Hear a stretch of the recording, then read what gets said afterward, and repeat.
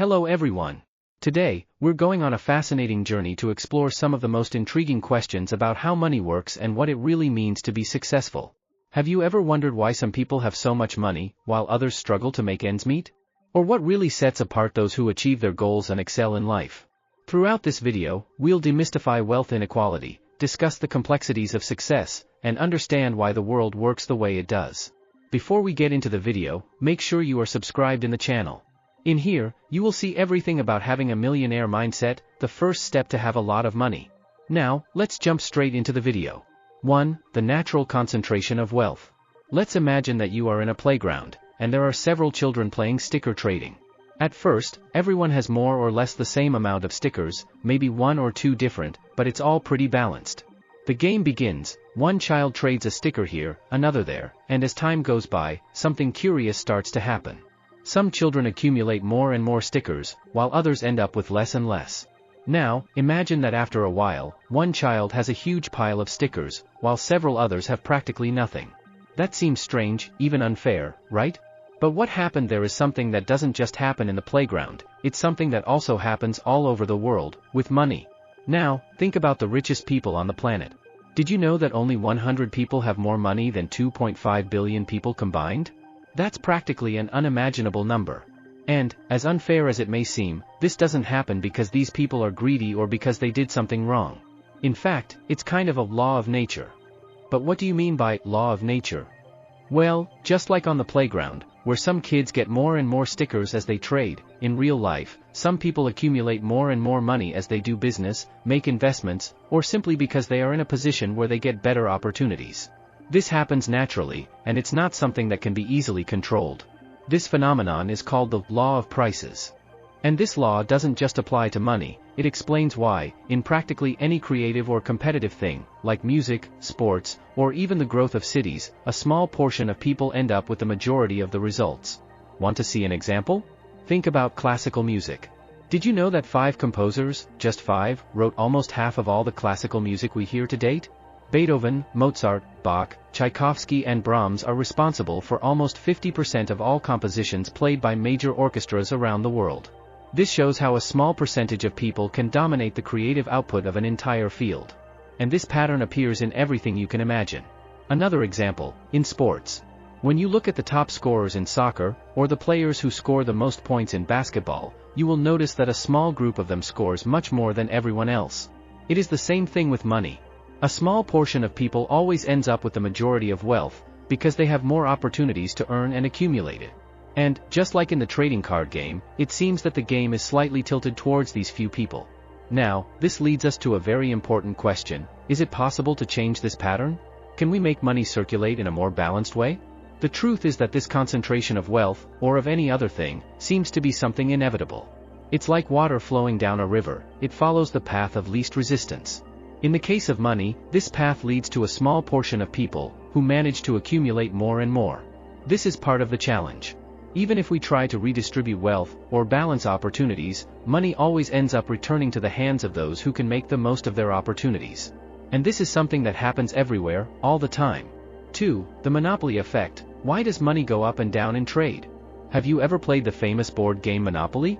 If you have, you probably remember how it works. At the beginning, everyone starts with the same amount of money, buying and selling properties by rolling the dice.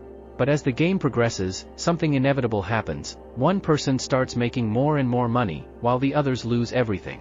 In the end, only one player ends up with all the properties and all the money, and the rest are completely broke. If you've ever played Monopoly all the way through, you've probably seen this happen. And believe it or not, what happens in the game also happens in the real world in a very similar way. Now imagine that instead of a board game, you have 1,000 people playing a trading game. Each person starts with a certain amount of money, say, $10. The rules of the game are simple. You choose one person to trade with, flip a coin, and whoever wins the flip gets $1 from the other. At first, it seems like it's just a matter of luck. But as time goes by, a trend emerges. Some people start to accumulate more money, while others lose it all. Even though it's a game of chance, where money changes hands seemingly randomly, the end result is that there will always be a small group of people with the most money. Eventually, someone will have it all, and many will be left with nothing. This happens because, in a game of repeated exchanges, those who have more money have a better chance of continuing to win. Now, think about the real world. The economic exchanges we make every day are like the moves in this game. As people exchange goods and services, a pattern of wealth concentration begins to emerge. Those who have more resources are able to invest, make bigger deals, and multiply their money more easily, while those with fewer resources fall behind. Ultimately, money tends to concentrate in the hands of a few, while many end up with nothing. This is something we can observe in any economic system. This phenomenon of accumulation doesn't just happen with money. If you look at any system where there is exchange and competition, whether in sports, music, or even cities, the same thing happens. Some people, or places, always end up with more. It's as if there is a natural force that pushes success to the same few, and the rest fall behind. In the case of money, economic exchange works like the game of Monopoly. Even if everyone starts out on an equal footing, the constant exchange will inevitably create one winner and many losers. The problem is that in the real world, this can be worrying. If a small portion of people end up with most of the money, many others are left without access to the basic resources to live. And of course, this raises the question, can we do anything to fix this? The answer is more complicated than it seems. When we try to redistribute wealth, for example by taxing the rich more to help the poor, the money often ends up back at the top again. Even if new people join this group, the concentration continues to happen. Another interesting point is that the elite of the rich is not always the same. In fact, there is a lot of movement among the people who are part of the richest group. You may even have a 10% chance of being in the top 1% of the world at some point in your life, even if it is just for a year. What's more, you have about a 40% chance of being in the top 10%. In other words, there is some turnover, but the general pattern of concentration remains the same. It may even change who is at the top, but the money, one way or another, always ends up going back to a few hands. This does not mean that we should not try to improve the distribution of resources. But, when we understand that this concentration is almost like a natural law, we realize that the challenge is much more complex than just taking from one and giving to another. It is a cycle that, one way or another, seems inevitable. 3. The story of the farmers and the tragedy of collectivization. Now, let me tell you a true story that happened in Russia a long time ago, right after World War I. At that time, Russia was going through very difficult times. The country was destroyed by the war, and the people were trying to rebuild. The peasants, who were the people who worked on the farms, began to receive land. As a result, some of these families became quite successful. They grew and harvested enough crops to feed several people, not just their own families, and they even hired others to help with the work. These more prosperous farmers were known as kulaks. They had worked hard and managed to build their houses out of brick, while most people lived in very simple houses. They also had some animals and land, and this made them different from most of the people around them, who were still struggling to survive. It seemed like these farmers were doing very well, and that should be a good thing, right? After all, they were feeding many mouths with their crops. But unfortunately, the story didn't end well. In the 1920s, a man named Lenin came to power in Russia and decided that this concentration of land and wealth in the hands of a few was a bad thing. He thought that all land and farms should be shared by everyone. So the Soviet government decided to collectivize the farms, which meant that everyone would work together on communal land, with no one owning anything. They wanted everything to be equal for everyone. But how were they going to do this? The government started spreading the idea that the kulaks, these successful farmers, were actually enemies of the people. They started saying that these farmers were stealing from other people, that they were greedy and didn't want to share. This created a lot of envy and anger in the villages. Soon, groups of people got together and formed real mobs to invade the kulaks' properties, take everything they had, and even drive them off their own land. Unfortunately, many of these farmers were killed or sent to remote, freezing places like Siberia, where almost all of them died of hunger or cold. This was a complete disaster. But the tragedy did not end there. With the death and expulsion of the kulaks, who were the most productive and knew how to cultivate the land, Russia and Ukraine soon faced a terrible famine. Millions of people died of hunger because there was no longer enough food for everyone. Those who knew how to plant and harvest were no longer there to do the work. This story shows how things can go very wrong when we try to solve complex problems in a simple and violent way. Lenin's idea was to try to create a more just society, where everyone had the same opportunities. But by destroying the most productive farmers, they ended up creating a much bigger problem: widespread hunger. Furthermore, this idea of blaming an entire group of people, just because they were better off, was a very serious mistake. After all, we cannot judge someone as guilty just because they were successful or accumulated more than others. That never leads to good solutions. Before we get into topic number 4, make sure to hit the like button down below. It helps YouTube's algorithm deliver more videos like this to you. Now, let's go to number 4. 4. The danger of judging people by the group they belong to. Now, let's talk about something that happened in Russia but that, in one form or another, still comes up in conversations today: the idea of blaming entire groups of people for the problems of society. When the Kulaks, those richer and more productive farmers, were defined as enemies of the people, it was not because of anything specific that each of them did, but because they belonged to a group of people who were more successful than the majority. And this kind of thinking is very dangerous. At the time, Soviet leaders spread the idea that the Kulaks were responsible for the poverty and hardships that other people were facing. In doing so, they created an atmosphere of envy and hatred. People who had previously lived in peace with their neighbors suddenly began to see them as enemies, simply because those neighbors had a little more success or wealth. Envy turned to violence, and violence turned to tragedy. But the saddest thing about all this is that this idea of blaming entire groups for social problems is not something that has remained in the past. Today, in many places, we hear conversations that are based on blaming groups of people because of their race, ethnicity, or social class. Instead of looking at the actions of each individual, some discourses want us to see people as representatives of a group, and that, because they belong to this group, they are automatically responsible for things that happened in the past or for current problems. This is a very dangerous trap, because it pits people against each other, creates resentment, and prevents us from truly solving problems. Let's think about a simpler example to understand better. Imagine that in your school, a group of children who always get good grades start to be treated differently. Suddenly, other children start saying that these smart children are arrogant or that they only get good grades because they receive special help from their teachers. Now, instead of admiring their efforts, or even trying to learn from them, the other children start treating them badly, just because they are doing better. Little by little, this group of children starts to be seen as the problem, and this creates an environment of division and hostility. This is similar to what happened with the Kulaks. They were not bad because they were more successful, but they were painted as villains because other people, instead of understanding what they were doing right, let their envy and frustration get the better of them. And this is an important lesson: whenever we try to divide people based on groups, instead of seeing each individual for what they do, we run the risk of creating even greater injustices. That is why it is important to be very careful when using labels or making generalizations about any group of people. Judging someone by their background, their appearance, or the group they belong to is a dangerous path that can lead to devastating consequences. If we really want to solve the world's problems, we need to look at people as individuals, understanding their stories and their struggles, rather than as part of a category that we define as good or bad. This story of the Kulaks teaches us that when trying to address inequalities or injustices, we must always do so with care and fairness. Attacking an entire group just because they seem to be in a better position can end up destroying more than it builds. 5. Money isn't everything: the challenges of managing money. Now, let's talk about an idea that many people believe, but that can actually be quite misleading: the belief that poverty is caused only by a lack of money. It seems simple, right? If a person is poor, just give them more money and the problem will be solved. But things don't work quite like that. Money is important, yes, but it's not as easy to deal with as it seems.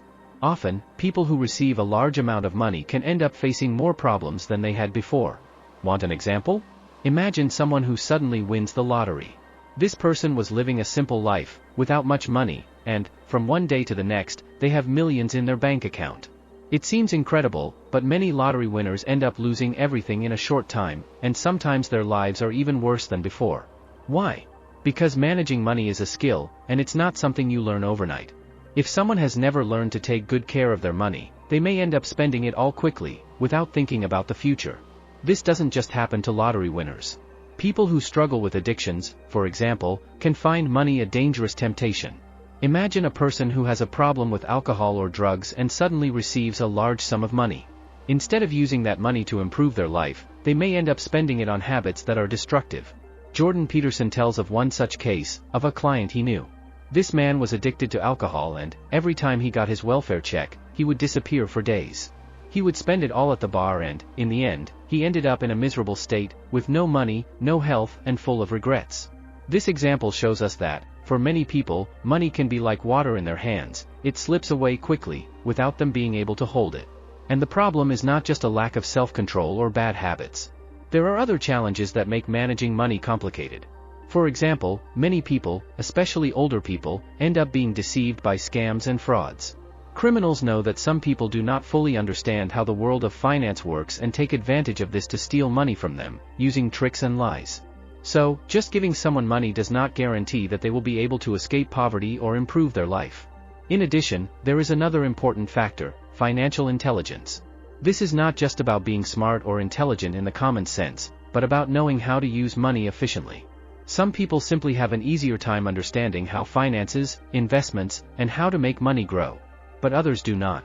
This does not mean that they are less capable in other areas, but rather that managing money is a skill like any other, which some people master more easily than others. To complicate matters even further, money is only part of the equation. Being financially successful may seem like the main goal, but it does not guarantee a balanced life. And that is where the question arises: when we think of success, is it only about money? Of course, having money can help with many things: paying bills, securing a nice home, traveling and enjoying more of what life has to offer, but that's not all. How is the person's health? What about their relationships? Their family life? Are they happy with what they do, or have they simply accumulated wealth at the expense of their emotional and physical well-being? These questions help us understand that life is much more than just making money. It is important, yes, to take care of our finances and learn to use money responsibly. But we also need to remember that money alone does not solve all problems and, in some cases, can even create new challenges. Therefore, instead of thinking that everything can be solved with more money, it is essential to understand that it needs to be well managed, and that success involves much more than just the balance in the bank account. 6. Why intelligence and consciousness help in financial success. Now let's understand why some people are more likely to be financially successful than others. The answer lies not only in luck or opportunities, but also in two important factors: intelligence and conscientiousness. These two traits, when present in someone, tend to help a lot on the path to financial stability. But what does this mean in practice? Let's explore. First, let's talk about intelligence. When we talk about intelligence here, we're not just talking about being good at math or getting good grades in school. Of course, these things are important, but intelligence, in this case, is more related to the ability to solve problems effectively. Intelligent people tend to find creative solutions to challenges, whether at work or in their personal lives. In addition, they are quicker to learn from their mistakes and adapt their strategies. This means that, in the world of finance, they are able to better understand how investments work, how to plan for the long term, and, most importantly, how to avoid traps that can make money disappear quickly. But intelligence alone is not enough. A person can be brilliant, but if they are not conscientious, that is, if they are not disciplined and careful with their choices, they can end up wasting their full potential. Conscientiousness involves the ability to be organized, to follow through on plans, and to stay committed to their goals. Conscientious people tend to think before they act, to analyze the pros and cons of a decision, and, most importantly, to maintain a long-term focus. And in the financial world, this makes a huge difference. Imagine, for example, someone who has a high salary but is not conscientious about how to spend or save. This person may earn a lot of money, but if they spend impulsively, without planning, they can end up in debt and without saving for the future. Now, imagine another person who, even though they earn less, manages to organize their finances, make smart investments, and save. In the long run, the more conscientious person is likely to be in a much better financial position, even though they earn less. So when we talk about financial success, we're looking at the combination of these two things: the ability to learn and solve problems, intelligence, and the ability to be disciplined and focused, conscientiousness. Those who have both of these traits have a better chance of beating the system, that is, of excelling in a world where opportunities are not always equally distributed. Now, this might seem a little unfair, right? After all, no one chooses to be born with more or less intelligence or conscientiousness. In fact, these traits are largely hereditary. This means that some people start life with an advantage in this regard. But that doesn't mean that everything else is lost for those who don't have these strong traits. The good news is that conscientiousness, in particular, can be developed over time with effort and practice. Let's think of a story to illustrate. Imagine two children who are starting school. One of them is naturally very intelligent, a quick learner, but doesn't like to follow rules and is easily distracted. The other child may not be as quick to learn, but he or she is very dedicated and always does his or her tasks carefully. The first child may do better at first, but if he or she continues to be disorganized, the lack of discipline can harm him or her over time. The second child, on the other hand, due to his or her dedication and focus, may gradually improve and eventually catch up with or even surpass the first. In the adult world, this translates into how people manage their careers and finances. Someone who is very intelligent but unfocused may miss out on opportunities, while someone who is more dedicated and organized can, over the years, build a stable and prosperous life. So, although there is a natural advantage for those who are more intelligent and conscientious from the beginning, there is still room for effort and learning. The important thing here is to understand that if you want to be financially successful, it is not enough to just get lucky or work hard. You need to be strategic, learn from your experiences and, above all, develop habits that help you maintain focus and discipline in the long term. These are the keys to turning opportunities into lasting success. 7. Financial success isn't the only way to win in life. When we talk about success, many people immediately think of money. After all, having a lot of money means you've won, right? But is that really true? And are those who have a lot of money really winning in all areas of life? Let's explore this question in more depth, because success is not as simple as it seems. Think of someone who has a spectacular financial life. This person may have an incredible job, a huge house, luxury cars, travel wherever they want.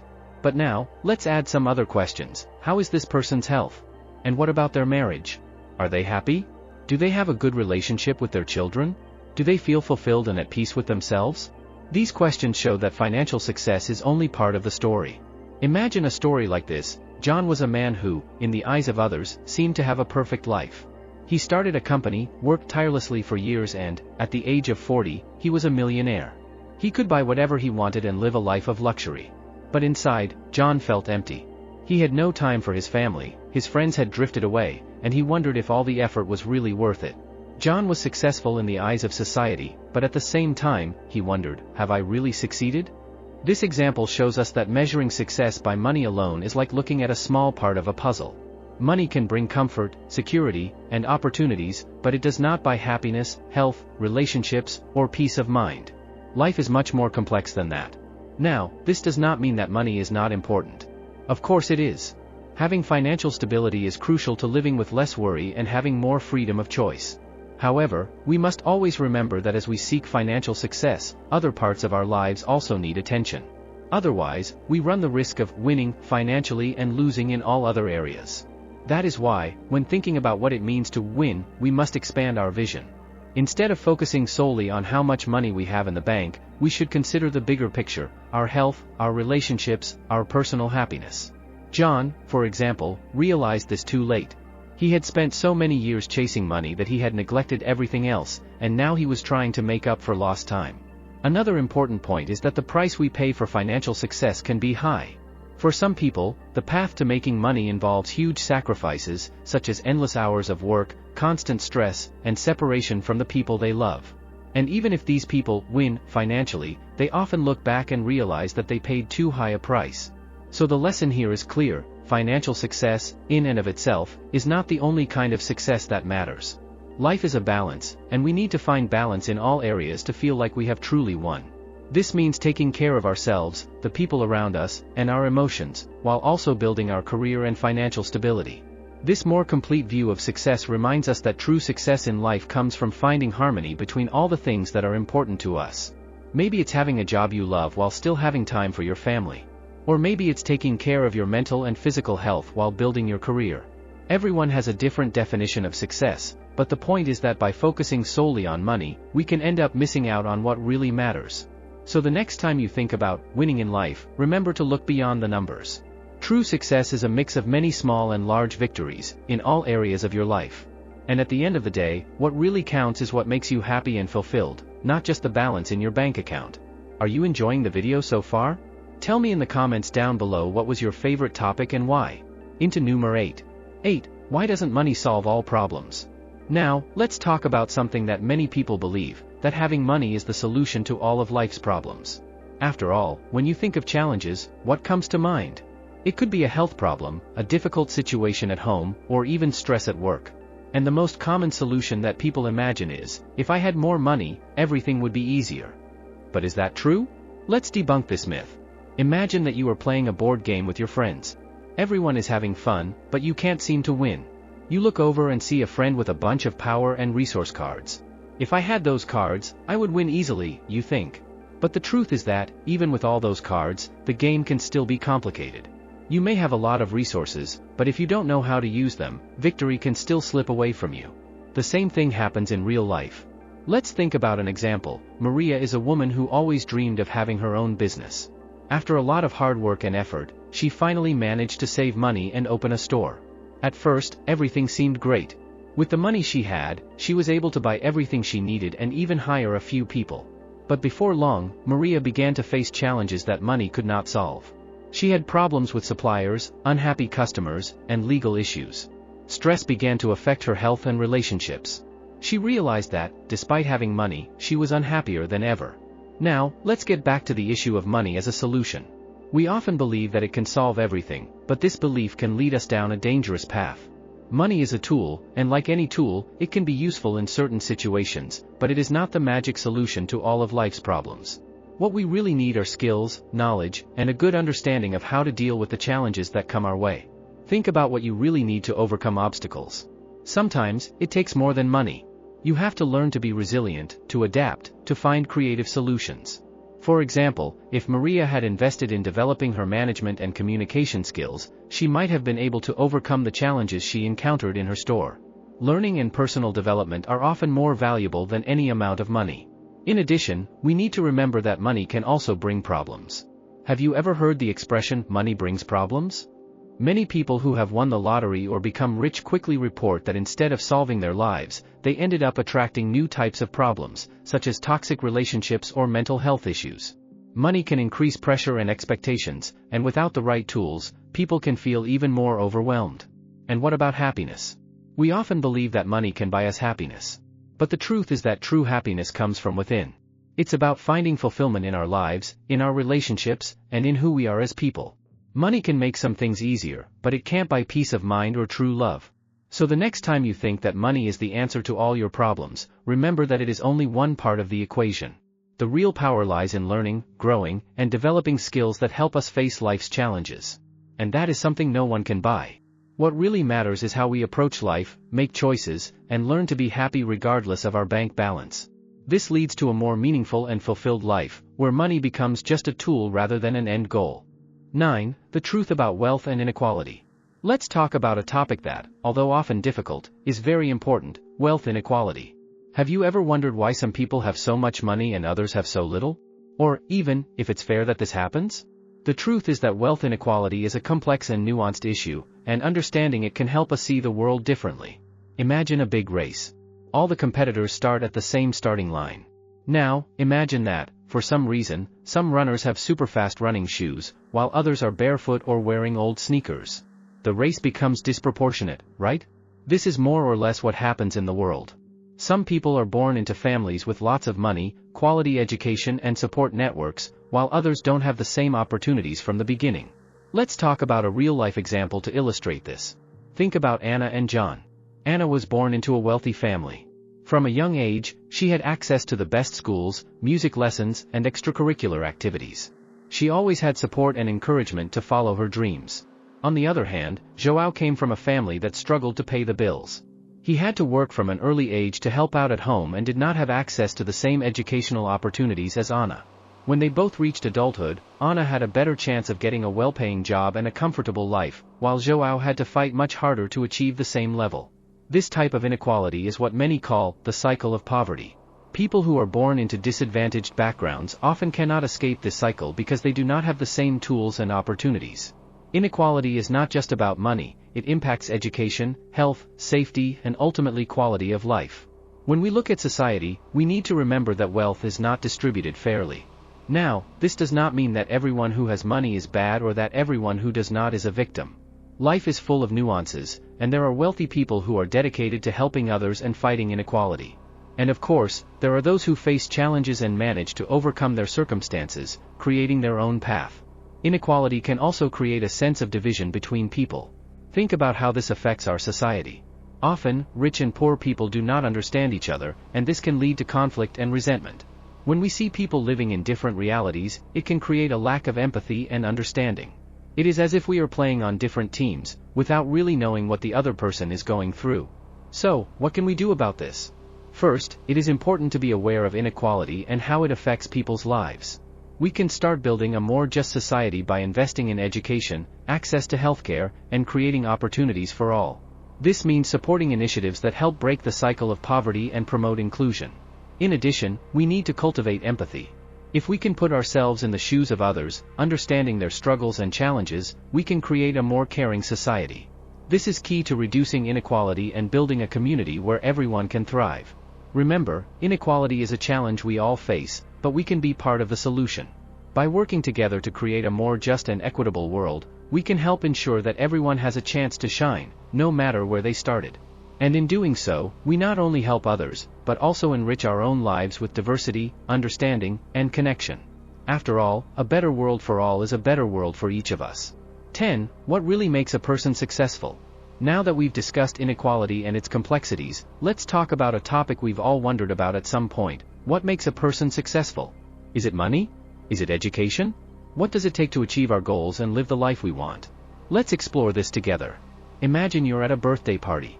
Everyone is having a great time, but you notice one person standing out. They're surrounded by friends, laughing and having a good time. You wonder, what does this person have that I don't?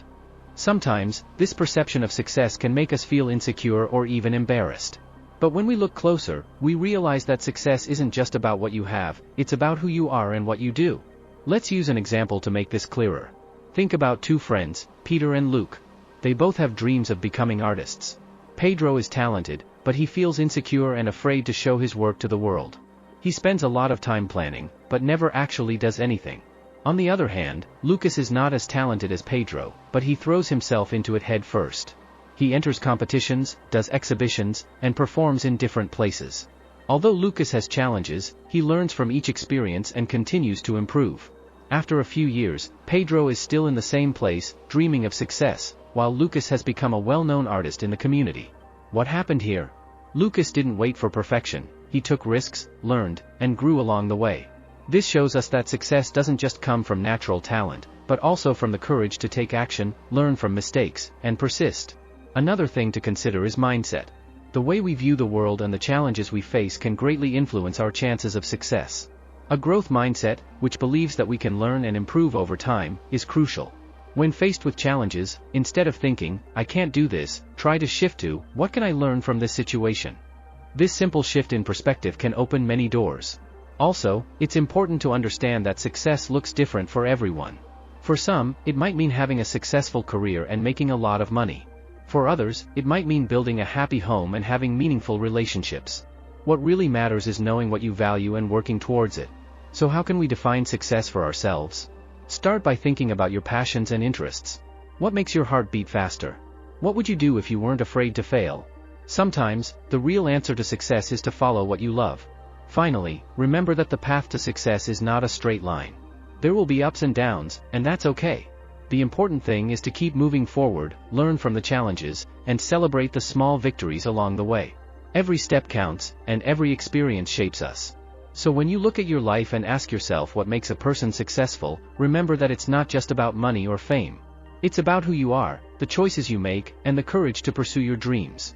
And in the end, success can be found in every step of the journey, not just at the final destination. And so we come to the end of our journey. Today, we discussed how money is distributed in society and why inequality exists, as well as reflecting on what it really means to be successful. The important thing to remember is that success is not just about how much money you have, but about the choices you make, the courage to follow your dreams, and the mindset you cultivate along the way. By understanding the complexities of wealth and personal fulfillment, we can become more empathetic and compassionate, creating a world where everyone has the chance to thrive.